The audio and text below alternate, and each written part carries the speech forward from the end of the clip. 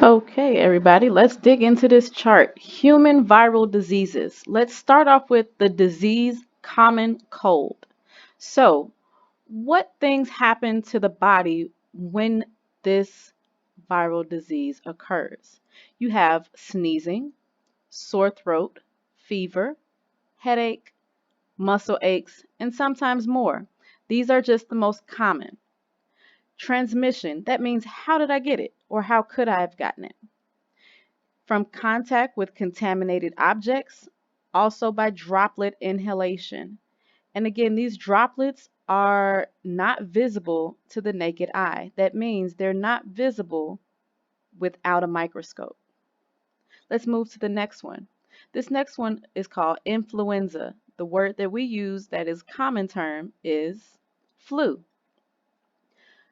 Your effects that people usually have are body aches, fever, sore throat, headache, dry cough, fatigue, meaning being tired, and nasal congestion, like your nose is stopped up.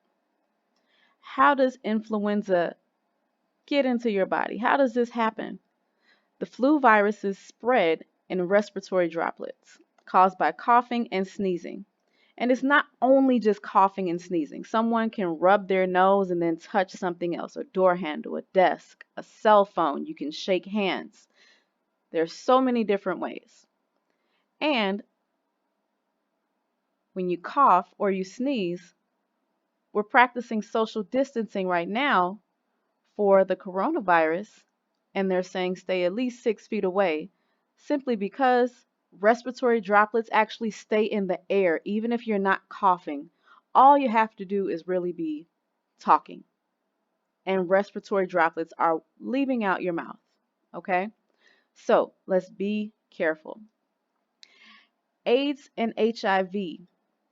The AIDS disease is caused by the HIV virus.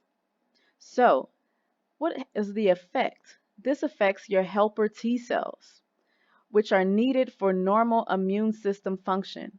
These helper T cells are destroyed. How do you get this? How is it transmit? So again, when reading these charts, if we're starting here, all the information in this row goes with this one. If we're trying to find out about this right here on this column for transmission, all the information for transmission goes down here. So we're asking about AIDS, and then we're asking about the transmission of it. Sexual contact, contact with contaminated blood or body fluids. It can be passed to babies during delivery or during breastfeeding. Moving to the next one, hepatitis B, which is jaundice, fatigue, abdominal pain, nausea, vomiting, and joint pain. These are common effects on the body. How does this occur? How does one get this? From contact with contaminated blood or bodily fluids. West Nile virus. This is the next one. Fever. So the effects on the body, and we go down. Fever, headache, and body ache. All from being bitten by a mosquito. That is the transmission. Ebola. How does this affect the body? Fever and body aches, followed by rash and digestive systems impacting kidney and liver function. When it affects kidney and liver function, that means that you are now affecting major organs, and this is very dangerous. And many of the other ones are also actually very dangerous too. So when I say that, don't take it as this is the only one that's dangerous. So contact with contaminated blood or body fluids. Here we go, transmission. So make sure that you are going across the row and coming down the column to make sure that you're at the right box for this information. And last, Zika, We just talked about this on the on the video before, where I asked, which one of these viruses can come from the bite of an infected mosquito. My choice right here, I chose Zika, but again, the other answer could have been West Nile. The effects on the body from Zika: fever, rash, joint pain, reddened eyes. This can interfere with fetal development in pregnant women. This is very dangerous for women that are pregnant. How do you get this? How is it transmitted? All you got to do is be bit by a mosquito. Seems crazy, but hey, that's life. All right, let's move on. If you have any questions at all, please let me know. And definitely, if you have more questions, um, like research, absolutely research. I think that you guys should be looking at some of the things and like, wait a minute, what is that? Let me find out a little bit more about this. And a great website and a great tool to go to is the NIH, which is the National Institutes of Health. And this is actually a government website. So you can go to nih.gov and it will give you so much information on different health issues and diseases. All right, let's move on. Viruses and cells. So, viruses, let's remember, they must infect living cells to grow and reproduce, taking advantage of the nutrients and cellular machinery of their host. That means that they're taking advantage of all the nutrients that the host has, and it's taking advantage of all the things on the inside that it has. This means that all viruses are parasites. Parasites depend entirely upon other living organisms for their existence. In doing so, they harm the organisms in the process. So, despite the fact that they are not alive, viruses have many characteristics of living things.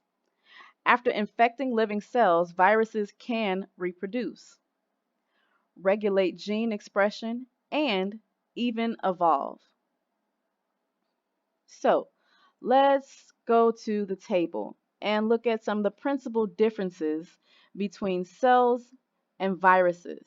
And when I say cells, understand that cells are living things. Viruses and cells. Let's go to here. First, let's evaluate this chart and make sure that we understand what we're looking at. Remember how I said going up and down or vertical? This is a column. This is the column for virus. This is the column for cell. Now we're looking at the rows and they go across. This row is going to tell us about structure for a virus and also structure for a cell. This row is going to tell us about reproduction for a virus and reproduction for a cell. This row is going to tell us about the genetic code for a virus and the genetic code for a cell. And we're kind of going, if you look here, it says asexually or sexually. That means that it's talking about mitosis and meiosis. All right, growth and development for virus is here. Cell is here.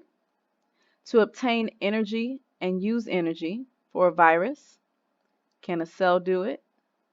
The response to an environment for a virus, the response to an environment for the cell, and the change over time. Can they change over time for a virus and also for a cell? So, as we look here, the virus, let's look at structure. When you did your interactive worksheet, looked over the website for the interactive page that went along with your worksheet for week 11.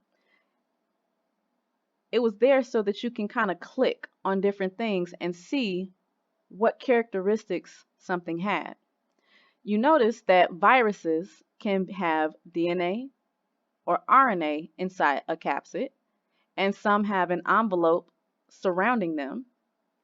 Some are And because they have DNA or RNA, if they have DNA, that means that they're double-stranded. If they have RNA, that means that they are single-stranded. And we also learned that they could be positive or negative.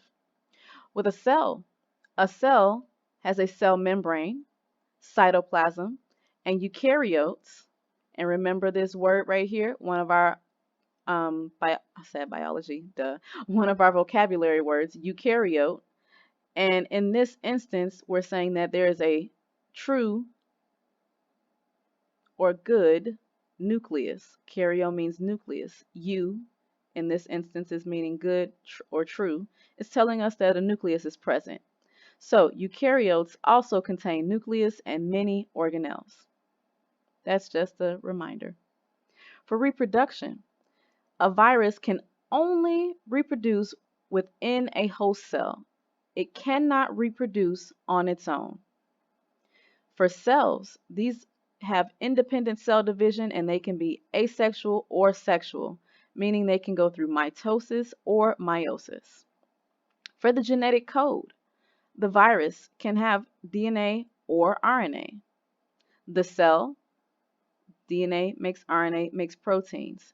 For living things, DNA is the genetic code for us. Growth and development. There is no growth and development for viruses. They just replicate as long as they are with inside something that is living, or also called a host. For cells, yes, they can grow and develop. They in multicellular organisms, the cells increase in number and then they differentiate. For obtaining energy and using energy, viruses cannot do that. They are not living. Cells, absolutely, they can do that. For can they respond to the environment? No, they cannot.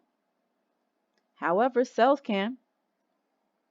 And do they change over time?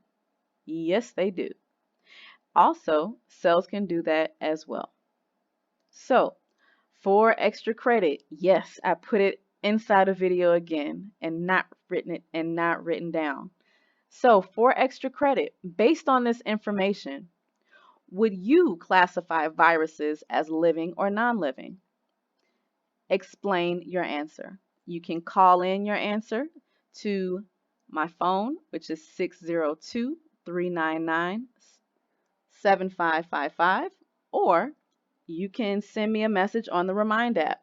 Sending a message on the Remind app is much easier, but whatever is good for you is good for me. So, moving on.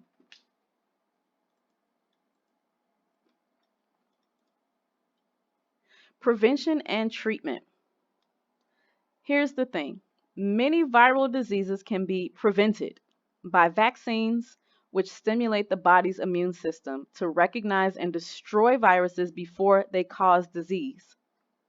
Cold and flu viruses are often transmitted by hand to hand, hand to mouth, all of those things. So washing your hands and controlling your coughs and sneezes, it helps to prevent the spread of viruses. What's important to understand is that personal hygiene matters. It is so very important. It is so, so very important. So, while viral diseases are very difficult to treat, in recent years, limited progress has been made in developing a handful of antiviral drugs that attack specific viral enzymes, and we know that enzymes are proteins. That attack specific viral enzymes that host cells do not have. These treatments include antiviral medication that can help speed the recovery of the flu virus and others that have helped prolong the lives of people infected with HIV. We will be going to the next slide, which has questions.